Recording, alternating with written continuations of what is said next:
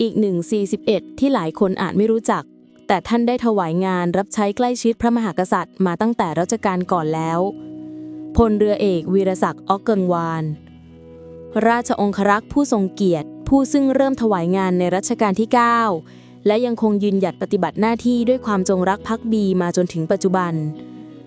แม้การเวลาจะผ่านไปแต่ท่านยังคงแข็งแรงสมาร์ทและตามเสด็จทุกพระราชกรณียกิจอย่างไม่ขาดตกบกพร่อง